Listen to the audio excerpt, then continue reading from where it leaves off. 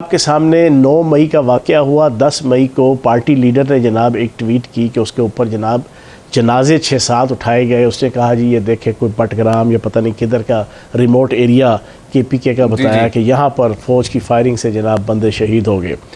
वो बाद में इन्वेस्टिगेशन की गई और किसी दूसरे TV चैनल ने शाम को जब इसकी कट्ठा छट्टा खोला कि ये तो हज़ारा बरादरी के जो कोयटा के अंदर उनके ऊपर जुल्म होता है हर साल दूसरे साल, और उसमें जो शहीद होते थे उनके जनाजे थे, उसने फ़ौरन जनाब वो डिलीट कर दिया। दूसरी एग्जांपल आपके सामने रखूं, 9 मई वाले दिन शाम को एक फ़ोटो चलाई जाती है बर्मा के बॉर्डर के ऊपर। जनाब वो कुछ लोग जो है ना वो तारकीन वतन बर्मा में दाखिल होना चाहते हैं, तो बर्मन जो फ़ौज थी और जो फोर्सेस थी वो उनको रोक रही हैं, और उसके ऊपर जनाब एक पूरा ऐसे लग रहा था जैसे गुत्थम गुत्था है, और हज़ारों लोग जनाब फोर्सेस के साथ। कहा गया जनाब कि कश्मीर हाईवे के ऊपर हज़ारों की तादाद में, लाखों की तादाद में पाकिस्तान की अवाम बाहर आ गई। वो बाद में पता चला यार वो फेक था। फिर तीसरी मिसाल आपके सामने, पार्टी लीडर जनाब बड़े ही चहक कर और बड़े ही एतमाद के साथ और बड़े ही मज़े लेके कहता है कि मैं आपको सरप्राइज़ दूंगा कि ख़वातीन के साथ जेलों में रेप हो रहा है और जनाब उसकी जनाब आपकी डिटेल आ जाएगी। वो ख़वातीन पेशी के ऊपर आज से 4 दिन पहले बाहर आई, उन्होंने कहा जी हमारे ऊपर तो किसी किस्म की कोई ज़्यादती नहीं। चौथा केस मैं आपके सामने एक रखता हूँ, उन हज़ारों पोस्ट और हज़ारों जो इस किस्म के जनाब फॉल्स फ्लैग ऑपरेशन है कि 10 या 11 तारीख को इस्लामाबाद के अंदर इसी पार्टी के जनाब स्टूडेंट विंग का एक लड़का कमर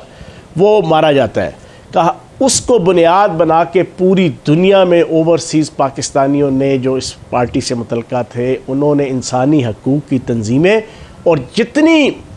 ओवरसीज़ जनाब आपकी हुकूमतें थी जनाब यूरोप और अमेरिका और इंग्लैंड, वहाँ पर रियासत और फ़ौज के ख़िलाफ़ एक तूफ़ान बदतमीज़ी मचा दिया कि रियासत और फ़ौज ने इस नौजवान को मार दिया। वो 3 दिन पहले जनाब इस्लामाबाद पुलिस के IG ने प्रेस कॉन्फ्रेंस करके बताया कि ये तो गैरत के नाम पे कत्ल था। उस लड़के का किसी खातून के साथ जनाब नाजायज़ ताल्लुक़ थे, उस खातून के मियाँ ने अपने जनाब दोस्तों के साथ मिलकर उसको मार दिया। वो खातून का मियाँ भी पकड़ा गया, उसके दोस्त भी पकड़े गए। रेहान हज़ारों मसाले हैं ऐसी जो पिछले 1.25 साल से इस सोशल मीडिया के चारों अकाउंट्स के ज़रिए से पाकिस्तान की आवाम के दिल और दिमाग के अंदर फ़ौज और रियासत और रियासती इदारों के ख़िलाफ़ नफ़रत पैदा करने के लिए इसी पार्टी के सोशल मीडिया जनाब आपके विंग्स ने जनाब इसको इस्तेमाल किया। और ये सोशल मीडिया का क्या सिस्टम है ये भी मैं आपके सामने रख दूँ। जनाबे वाला एल्गोरिदम बने हुए हैं। मैं ख़ुद एक कंप्यूटर सॉफ्टवेयर इंजीनियर हूँ, थोड़ी सी इन चीज़ों को समझता हूँ, मीडिया पर्सन हूँ। मैं पाकिस्तान की आवाम को देसी स्टाइल में जना ये सारी चीज़ें समझाऊँगा। ये जो आपके चारों अकाउंट्स हैं, टूल्स हैं सोशल मीडिया के, ट्विटर है, फेसबुक है, इंस्टा है, टिकटॉक है, इनके तमाम जो सर्वर्स हैं वो बाहर के ममालिक में जनाब यूरोप और अमेरिका के अंदर, बरतानिया के अंदर जनाब मौजूद हैं। वहाँ पे सर्वर्स के अंदर पिछले 1.25 साल के अंदर कुछ ऐसे एल्गोरिदम्स बनाए गए जिसको फार्मूले कहते हैं, सेट ऑफ इंस्ट्रक्शंस कहते हैं, सॉफ्टवेयर कह लो, प्रोग्रामिंग कह लो, वो कर दी गई उसके अंदर कि जब भी कोई इन चारों अकाउंट्स पे कोई पोस्ट आएगी, एंटी फ़ौज होगी फ़ौरन वायरल होगी, एंटी पाकिस्तान की रियासत होगी फ़ौरन वायरल होगी,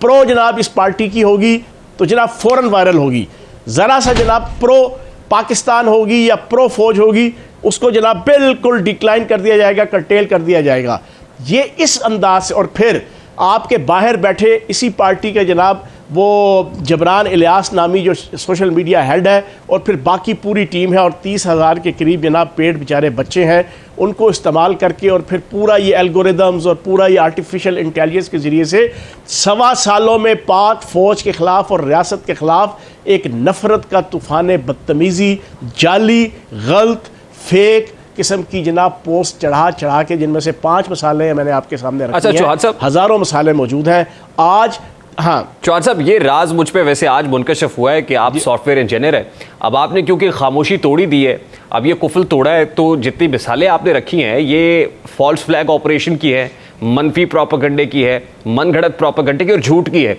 जो पार्टी के कायद की तरफ से फ्लोट होता है। फिर आप जो सादिक और अमीन का सर्टिफिकेट ऐसे शख्स को दिया जाता है, आप इत्तफाक करते हैं या आप ये मुतालबा भी करते हैं कि ये जो सादिक और अमीन की स्टैंप है, ये सर्टिफिकेशन है? मैं तो हमेशा ये कहता हूँ कि सादिक और अमीन एक ही ज़ात है, किसी शख्स के लिए सादिक और अमीन का सर्टिफिकेट नहीं होना चाहिए, तो जस्टिफाइड था। मैंने रेहान, मैं फ्रॉम डे फर्स्ट से 21 मई को मैं बाहर आया, 22 को, उस वक्त से लेके अब तक मैंने एक बात कही है, मुझे पार्टी लीडर की ना ज़ाती ज़िंदगी से कोई गर्ज़ है, ना खानगी ज़िंदगी से कोई गर्ज़ है, ना उसकी प्राइवेट ज़िंदगी से कोई गर्ज़ है, ना उनकी मिसेस से कोई गर्ज़ है, ना उनके ऊपर करप्शन के जो स्कैंडल है उनसे कोई गर्ज़ है। मुझे गर्ज़ उससे है कि जिससे मेरा पाकिस्तान लुट गया,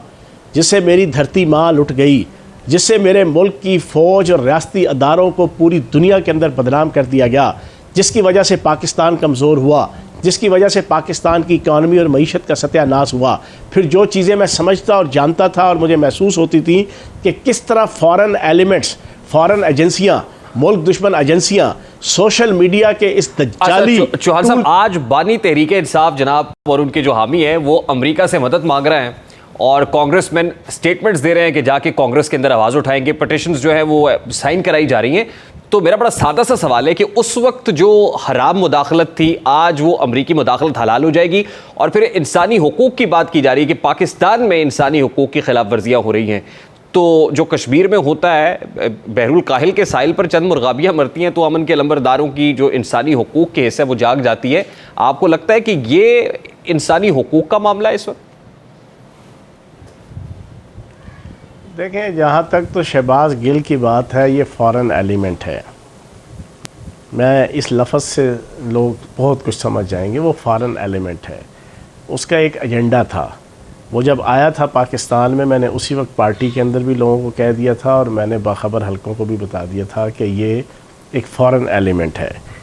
जिसका कोई अता पता ही नहीं है। आप डिजकोर्ट में चले जाएँ, उसके पूछें उसका बाप किधर है, बाप कौन था, किसी को नहीं पता। ठीक है,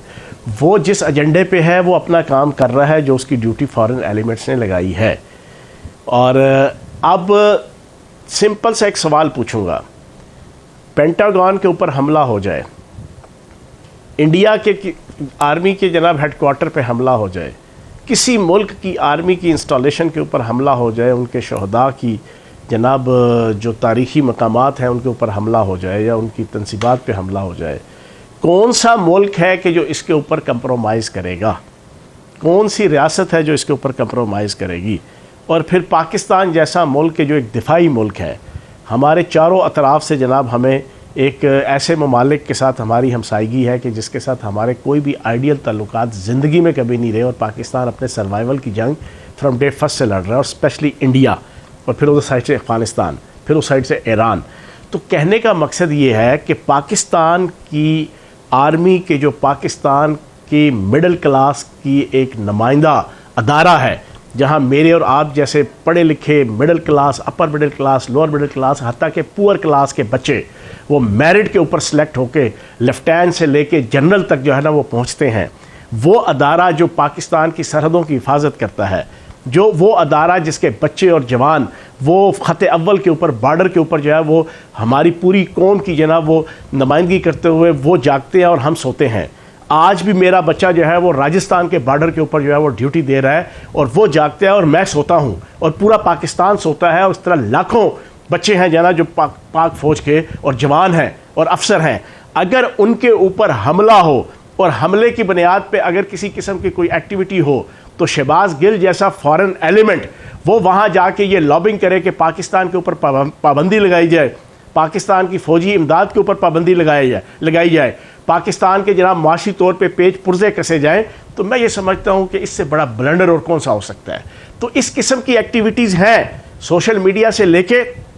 फिर जनाब आपकी ओवरसीज़ पाकिस्तानियों की जो सारी एक जनाब पूरी लॉट है कि जो रियासत को और पाकिस्तान के रियासती अदारों को और पाकिस्तान की फ़ौज को बदनाम करने के एजेंडे पे 1.25 साल से थी और अच्छी खासी कामयाब हुई है। मेरे कागज़ों से पूछें, मैं एक अवामी आदमी हूँ और सारी चीज़ें देखता हूँ, सोशल मीडिया, इलेक्ट्रॉनिक मीडिया में एक्टिव तरीन हूँ। मैं आपको सच्ची बात बताऊँ, मैंने अपनी पूरी लाइफ में मुल्क दुश्मन ताकतों को इतना कामयाब नहीं देखा जितना मैंने इस पिछले 1.25 साल के अंदर उन्हें देखा कि उन्होंने पाकिस्तान की आवाम इस वक्त जनाब जिन हालात के अंदर है। और ये हमारा चैलेंज है, आपके लिए चैलेंज है, मेरे लिए चैलेंज है कि हमने उस 5th जनरेशन वॉर में दोबारा मुल्क दुश्मन ताकतों को शिकस्त देनी है, जिसने पाकिस्तान की हकीकी आज़ादी के नाम पर, जिसने पाकिस्तान के मुहिब्बे वतन शहरियों को बुनियाद बनाकर, जिसने पाकिस्तान के मुहिब्बे वतन नौजवानों को अपना टूल बना के जिसने पाकिस्तान की सबसे मुहिब वतन जमात कि जिसका हर